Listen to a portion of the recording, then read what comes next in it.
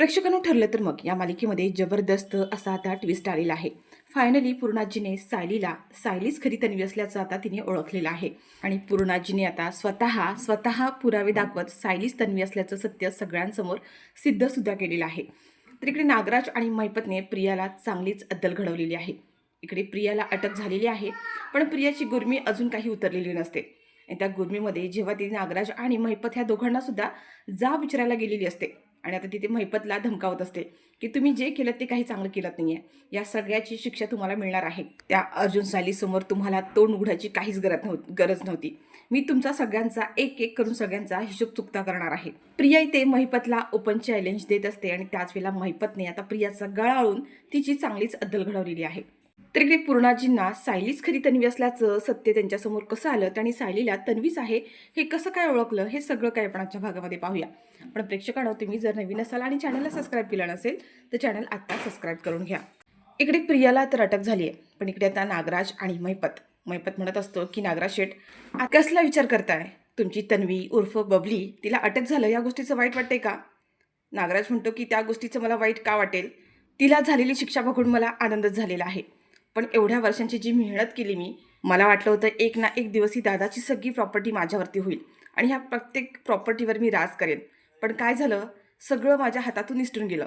एवढी वर्ष 22-23 वर्ष जेवढे प्रयत्न केले ते सगळे वाया गेले. काय फायदा झाला या सगळ्याचा? काय हातात आलं माझ्या? हे ते जेलमध्ये सुकी पापडासारखी चपाती आणि ती पातळ पाण्यासारखी भाजी, हे नशीब होतं का माझं? अरे महिपत, एवढं सगळं करून आपल्या हाती काय लागलेलं आहे? काहीच नाही. महिपत म्हणतो, अरे नागराज शेठ, एवढं सगळं होऊन सुद्धा अजून तुमची गाडी तिथेच अडकली आहे का? तुम्हाला अजून झालेल्या गोष्टींचा पश्चाताप झाला नाही आहे? आतापर्यंत झाली तेवढ्या चुका, झाली तेवढी पापं भरपूर झाली, आता तरी सुधारण्याचा प्रयत्न करा. नागराज म्हणतो, महिपत, हे तू बोलतोयस? तुझ्या पापांचा पाड वाचू का? महिपत म्हणतो की मी पापं केलीत ही गोष्ट मी मान्यच करतो, पण आता अजून काही करून काय फायदा होणार आहे का? आपल्याला ह्या जेलातून कोणी बाहेर काढणार नाही आहे.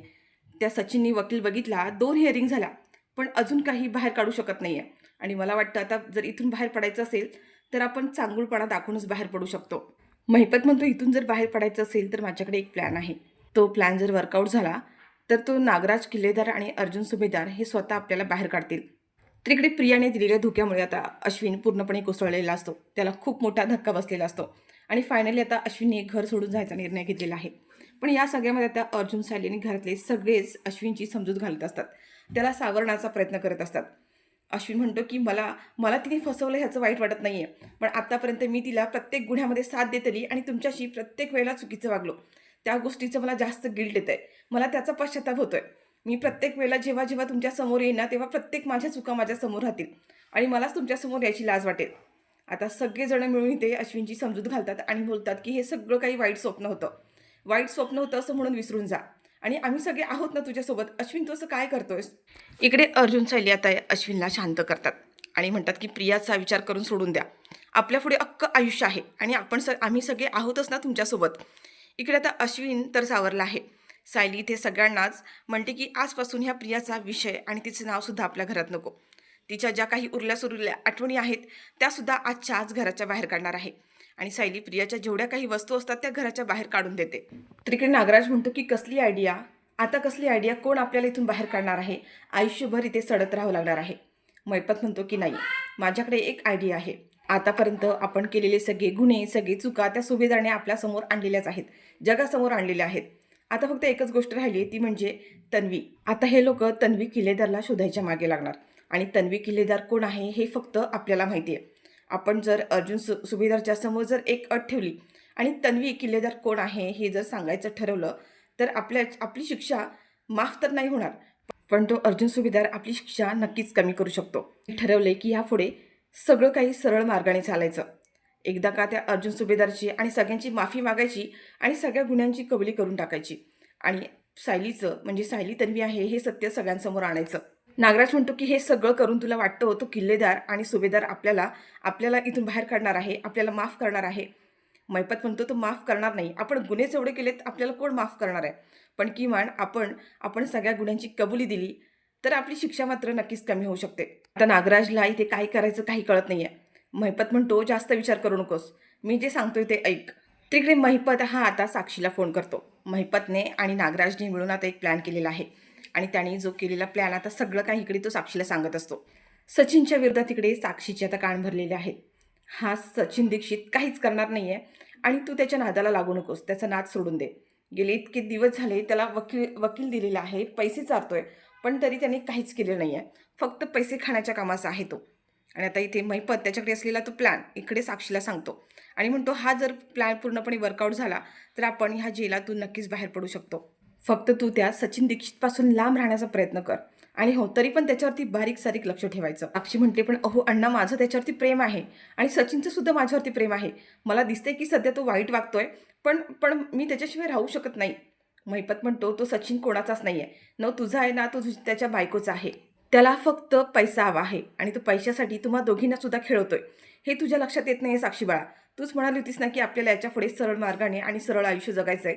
मग त्या दीक्षितचा नाद सोड आणि मी जसं सांगतोय ना तसंच कर. आणि साक्षीला आता येथे महिपतने काहीतरी एक प्लॅन सांगितलेला आहे. इकडे आता जेलमध्ये प्रियाला अटक केल्यानंतर जिथे नागराज आणि महिपत ज्या ठिकाणी आहेत त्याच बाजूला आता प्रियाला सुद्धा तिथे कोठडीमध्ये ठेवलेलं असतं. प्रिया आता इथे नागराज आणि महिपतवर वैतागलेली असते आणि म्हणते की मी तुम्हा कोणालाही सोडणार नाहीये. नागराज म्हणतो की तू काय बिघडवणार आहेस आमचं आणि काय करणार आहेस? काही बिघडू शकणार नाही आमचं. अगं आम्ही जे गुन्हे केलेत ना ते काहीच नाही. आज ना उद्या आमची या जेलमधून नक्कीच सुटका होऊ शकते, पण तू जे केलेस ना तुला इथे आयुष्यभर जेलमध्ये सडावं लागणार आहे. प्रिया म्हणते की मी तुम्हाला कोणालाही सोडणार नाहीये. आज मी इथे आहे ते फक्त तुमच्यामुळे. तुम्हाला काय गरज होती त्या अर्जुन सायलीसमोर तोंड उघडायची आणि खरं सांगायची. महिपत म्हणतो की आम्हाला तुझा बदला घ्यायचाच होता. आम्हाला फसवून आम्हाला बाहेर सोडण्याचं आमिष देऊन आमचा वापर करून तू स्वतः बाहेर मजा मारणार होतीस. असं कसं होऊ देणार आहे मी तुम्हाला? प्रिया तुझ्या पापांचा घडा कधीच भरला होता. प्रिया तिथे महिपतला म्हणते की मी तुम्हाला कोणालाही सोडणार नाहीये. मी प्रत्येकाचा बदला घेणार आहे. फक्त इथून बाहेर पडू दे. यावर आता महिपत हसतो आणि म्हणतो की तू इथून बाहेर कशी पडणार आहे? प्रिया तिथे चॅलेंज करते आणि म्हणते की 2 दिवसाच्या आत, मी शब्द तिथे 2 दिवसाच्या आत इथून जर बाहेर नाही पडले तर नावाची प्रिया नाही. प्रिया म्हणते की इथून बाहेर पडल्यानंतर जर सगळ्यात कोणाची वाट लावणार ती सगळ्यात पहिली वाट मी तुमच्या दोघांची लावणार. आता त्यावेळेला महिपत इथे प्रियाचा गळा दाबतो आणि म्हणतो की माझी वाट लावणार आहेस तू? माझी वाट लावणार आहेस? प्रिया तर इथे आरडाओरडा करते आणि म्हणते की सोडा सोडा मला, सोडवा. आणि तिथे आता पोलीस येतात आणि महिपत आणि नागराजमध्ये जे झालेलं भांडण आहे ते सोडवतात.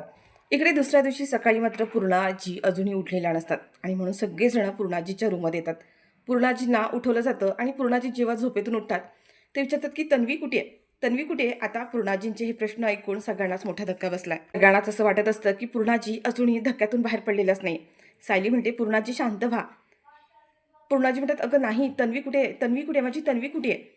त्यावर आता इथे पूर्णाजी हसतात आणि म्हणतात तुम्हा सगळ्यांना प्रश्न पडलाय ना की तन्वी कुठे आहे? कोणाला माहिती आहे का? माहिती आहे कोणाला तन्वी कुठे आहे? माझी तन्वी कुठे आहे माहिती आहे का? तुम्हाला कोणाला कसं माहीत असेल माझी तन्वी कुठे आहे ते? पण मला माहिती आहे, मला माहिती आहे माझी तन्वी कुठे आहे ते. असं म्हणत जेव्हा पूर्णाजी म्हणते तेव्हा मात्र सगळेच घाबरतात.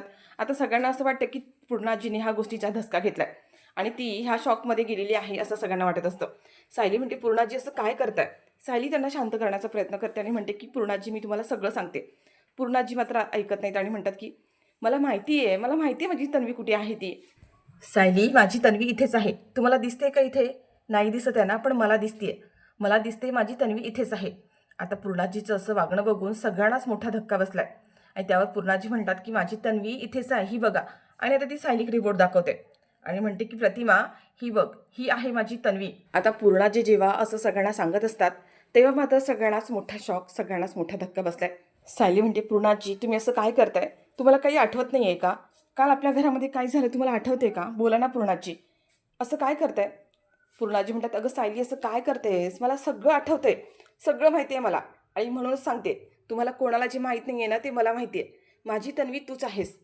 आता पूर्णाजी सगळ्यांना, खरं तर इथे पूर्णाजी सगळ्यांना धीर देण्याचा प्रयत्न करतात. कारण तन्वी गेल्याचं दुःख म्हणजे तन्वीने सगळ्यांना फसवलं, पण आपली तन्वी आपल्यात नाही आहे ह्या गोष्टीचं दुःख सगळ्यांना झालेलं आहे. पूर्णाजी म्हणतात की सायली आजपासून तूच आमची तन्वी आहेस. जेव्हापासून तू ह्या घरात आलीस ना तेव्हापासून मला कायम हेच वाटायचं की माझी तन्वी असेल ती सेम तुझ्यासारखीच असेल. तन्वीचे सगळे गुण आहेत ते मला सगळे तुझ्यामध्येच दिसत होते, प्रियामध्ये कधीच नाही. पण ती प्रिया तिने असे काही पुरावे दाखवले होते आणि आमच्या डोळ्यावर असं काही पांघरून घातलं की आम्हाला काही कळलंच नाही. पण मी आज सांगते, तू आमची तन्वी आहेस की माहीत नाही, पण आजपासून मी तुला आमच्या तन्वीचा मान देते.